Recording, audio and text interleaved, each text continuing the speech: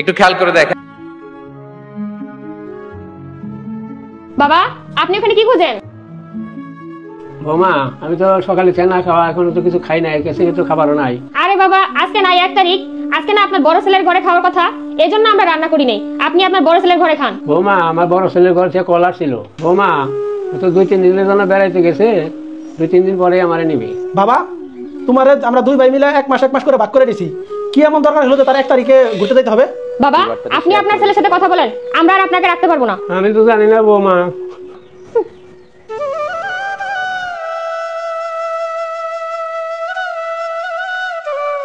আল্লাহ, আমি এখন কোথায় যাব, কি করব?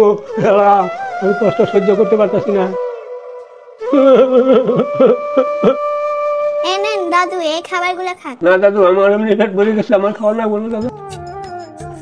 নিজে হাতে ভাত খেতে পারতো না কোখোকা, বলতাম আমি না থাকলে রে কি বাবা, মাম্মি, যখন আপনারা বুড়ো হয়ে যাবেন তখন আমার সাথে আপনাদেরকে রাখতে পারবো না।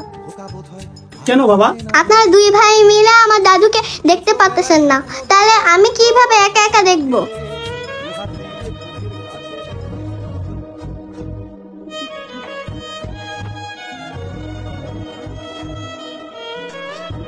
বাবা প্লিজ আমাকে মাফ করে দাও, আমার অনেক বড় ভুল হয়ে গেছে।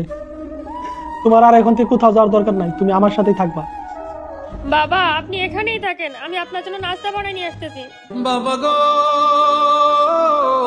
বাবা, বাবা গো